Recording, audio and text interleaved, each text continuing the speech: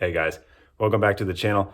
My name is Jonah. This is the 1010 Club, and we're back in the basement today. I think my wife just pulled in the driveway. We're looking at the R1 chronograph from Vaer today.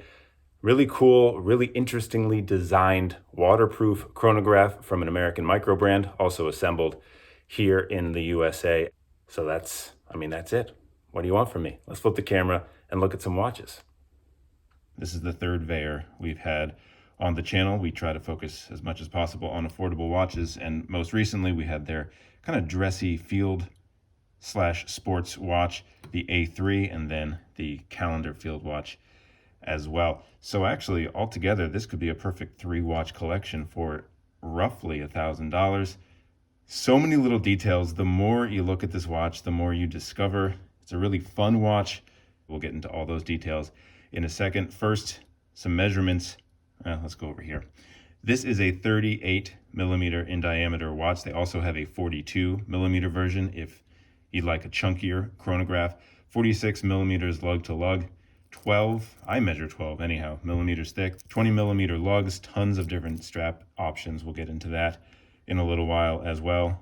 Single domed sapphire crystal with AR coating. Screw down signed Vaer crown with 100 meters of water resistance and an additional 2-year waterproof guarantee. Even their chronograph, they say, is ocean ready. VK63 Mecha quartz movement inside, so you can see the second hand down at the 6 o'clock sub-register ticking along, but then when you employ the pusher, get a nice little click, and the mechanical movement of the chronograph hand starts to move around. Screw down case back, little kind of wavy Vaer design. This is an optional add-on Jubilee style bracelet that tapers nicely down to this milled clasp with a pressed outer and a double push button and a signed fold over security clasp. This isn't the only affordable Mecha quartz chronograph from a really thoughtful brand we've had on the channel in recent memory. A couple months ago, we had the Brew metric here. I'll try to put another link up here. If it doesn't pop up, it'll be down below. For some reason, YouTube only allows you to put a few cards up in the corner. It comes stock on this black Tropic strap, and then you get to choose an additional strap. And then this Jubilee style bracelet, which is currently sold out, is an add-on for $100. I do think that Jubilee really makes this watch come alive and give it that retro style that it's definitely wanting.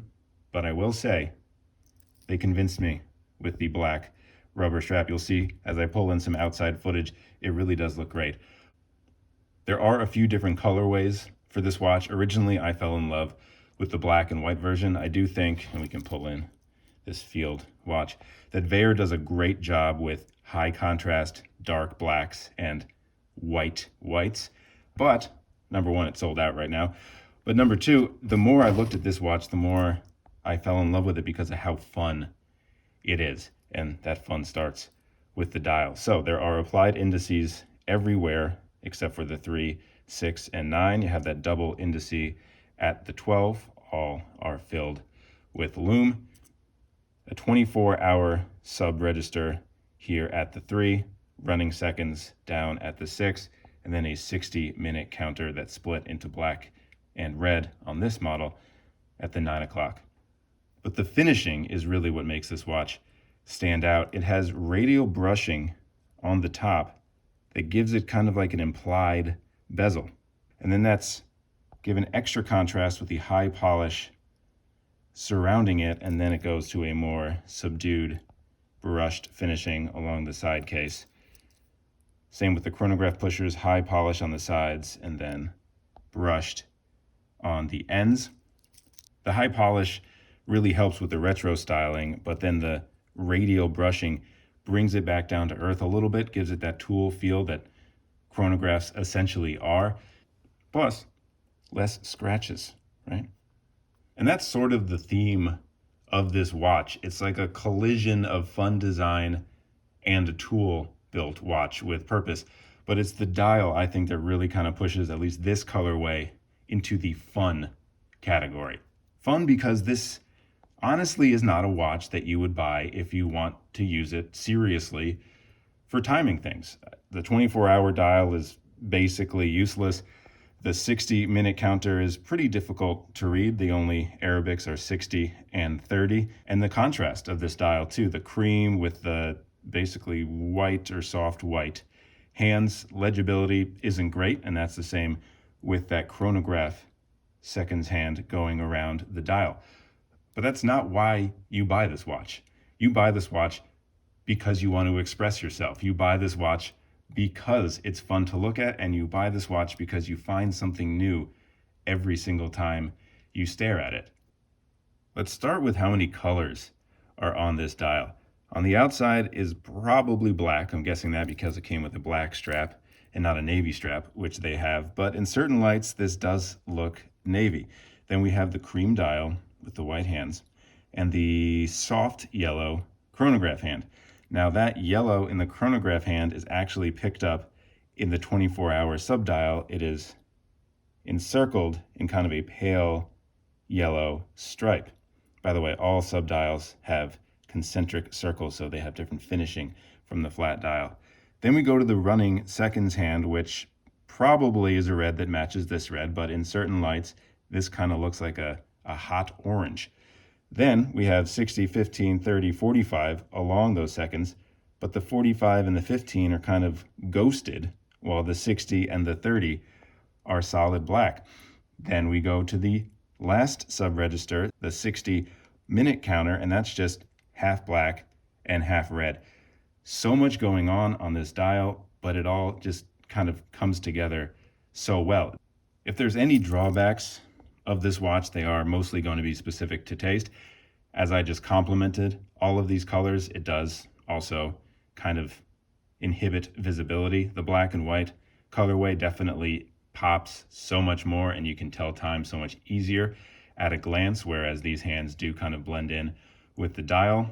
One technical issue I run into is with this bracelet too. The spring bars, very easy to quick release, but I've had trouble getting one of these to find its seat in the lugs. Now, this isn't the first time I've experienced this. This is actually an issue I ran into with the Brew metric chronograph as well. So I don't know if it's a bracelet manufacturer issue or I'm just not finding the way to get it securely seated. Definitely not a problem with any of the straps, because instead of it being a double spring bar, it's only that single quick release, and you can find a seat for these super easy.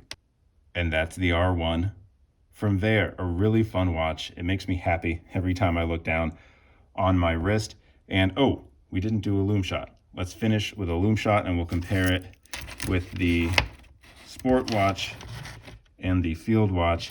Now, Vaer is very upfront with their lume ratings, and they give, I believe, the chronograph a 4 out of 10, but we'll see for ourselves. Why not put a turtle in there for good measure? The turtle down here obviously is glowing the brightest. It is a Seiko dive watch after all. Vaer's field watch has some very nice lume, but here it is next to the chronograph. So if that's a 4 out of 10, I call that pretty good, especially for a chronograph. For a chronograph, I'd call that maybe a 7 out of 10. Thanks so much for spending the time with me today. A subscription down below really does help the channel. There'll also be a link down there to Vaer so you can check out everything they have to offer. And I'll see you next time.